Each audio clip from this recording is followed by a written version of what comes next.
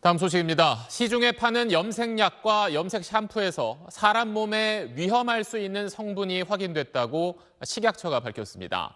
제품에 쓰인 성분 가운데 일부가 암을 일으킬 수도 있는 물질인 걸로 조사 결과 확인된 겁니다.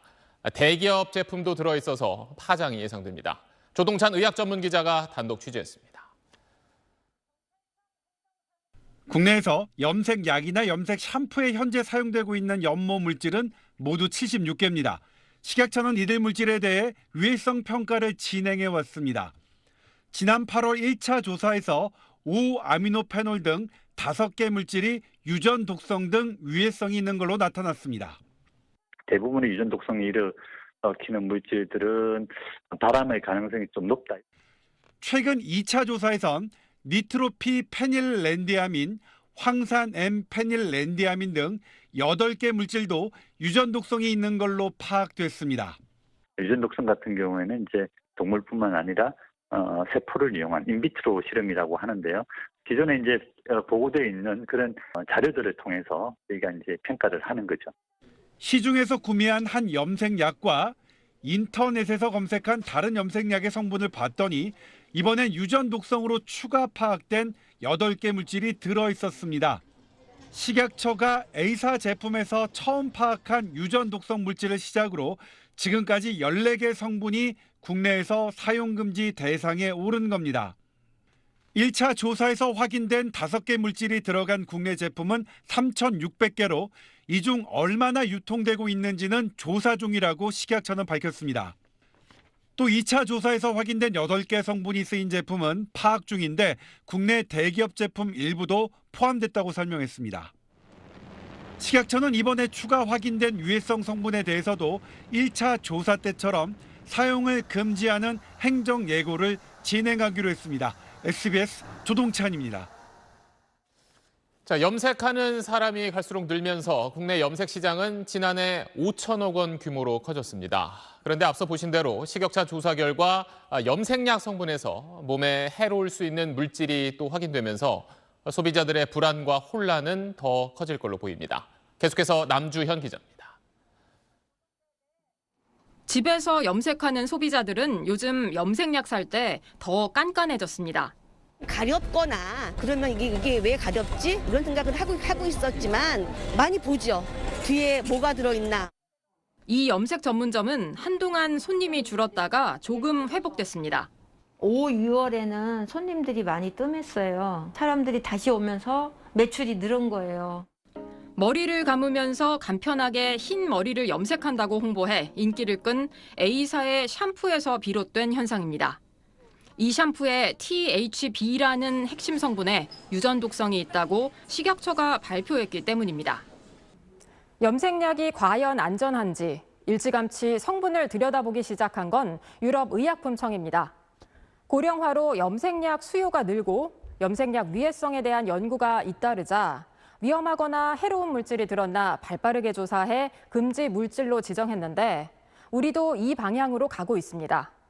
그런데 우리는 첫걸음부터 꼬였습니다. 2019년 유럽이 THB 성분을 유전자 독성 물질로 규정했고 이때 식약처도 2차례 전문가 회의를 거쳐 같은 결정을 내렸습니다. 그런데 당시 THB를 사용한 국내 제품이 없어서 특별한 조치를 하지 않았는데 A 업체가 THB를 이용한 염색 샴푸를 개발해 지난해 8월 출시한 겁니다. 식약처가 부랴부랴 사용 금지 조치했는데 업체는 규제개혁위원회에 이의를 제기해 2년 6개월의 유예 기간을 얻은 겁니다. 그 사이 THB 성분을 사용한 샴푸는 다른 회사 제품을 포함해 6개 더 출시되는 역설적인 상황이 벌어졌습니다. 샴푸라고 하는 건 매일매일 사용하는 일상적인 제품인데 이로 인해서 정말 소비자들이 위험에 빠지지 않도록 빠른 조치를 취해야 됩니다. 지난 8월에 이어 8개 성분이 또 퇴출을 앞둔 상황. 위해성 평가는 내년까지 계속되기 때문에 연모제 제조업체들은 대체할 성분을 찾느라 분주해졌습니다. SBS 남주현입니다. 평소에 염색 자주 하거나 또 염색 샴푸 쓰는 분들 궁금한 점 많으실 겁니다. 조동찬 의학 전문 기자와 정리를 해보겠습니다. 먼저 조사 결과 나왔다고 하는 이 유전 독성, 이건 얼마나 위험한 겁니까? 네, 식약처가 규정한 유전자 독성 내용 보겠습니다. 사람 유전자의 손상이나 돌연 변이를 일으켜서 암이나 알츠하이머 등이 발병할 수 있고 유전자 손상이 자손에게 유전될 가능성이 있는 물질을 말하는데 아주 적은 양도 문제를 일으킬 수 있습니다. 다만 이번에 조사된 염색 성분들은요, 네. 사람에게 유전 독성 가능성이 있으니 미리 조심하자는 취지이고 실제 사람에게 나타나는 건 아닙니다. 전문가들은 2, 3년 단기간 사용했다고 유전 독성이 나타나기 쉽지 않으니까 지나치게 걱정할 필요는 없습니다. 그런데 왜 갑자기 이런 염색 제품에 대한 조사를 하고 또 염색 성분에 대한 규제를 갑자기 늘리는 이유가 있는 겁니까? 네, 과거에는 염색 성분을 의약 외품, 일종의 약으로 봤습니다. 약은 독성이 있더라도 득이 크면 사용할 수 있습니다. 그런데 지금은 화장품으로 보고 있습니다. 안전성이 제일 중요한 거죠. 또 최근에는 염색약이 가끔 쓰지만 염색 샴푸는 매일 쓰니까 안전성이 점차 강화되고 있는 겁니다. 근데 앞서 또 리포트를 보니까 유럽은 뭐 이미 규제하는 게 많더라고요. 네. 다른 나라들은 어떻게 하고 있습니까? 유럽은 사람 독성 가능성만 있어도 규제를 하고 미국은 사람 독성이 확인된 것만 규제합니다. 유럽은 화장품 원료 중 1,600개 물질을 사용 금지하고 있고 우리는 유럽 금지 물질을 다시 확인해서 현재 1,200개 정도 규제하고 있는데 미국은 9개뿐입니다.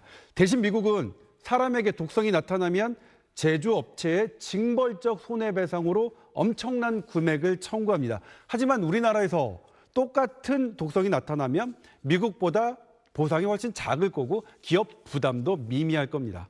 사실 지금 이 뉴스 보는 분들은 내가 쓰는 제품이 안전한지 뭐 이미 산 건 어떡하냐 이게 가장 궁금할 텐데 그 내용도 정리를 한번 해주시죠. 네, 일단 퇴출 절차부터 보겠습니다. 우리나라, 유럽, 일본이 비슷한데 식약처가 사용하지 말라고 행정 고시하면 그날부터 6개월 뒤엔 그 제품을 만들 수 없지만 이미 만들어 놓은 제품은 2년 내까지는 팔 수 있습니다. 네. 대략 2년 6개월 걸리는 거고요. 해당 업체들이 합법적으로 만들고 판매하니까 강제적 환불은 쉽지 않을 것 같습니다.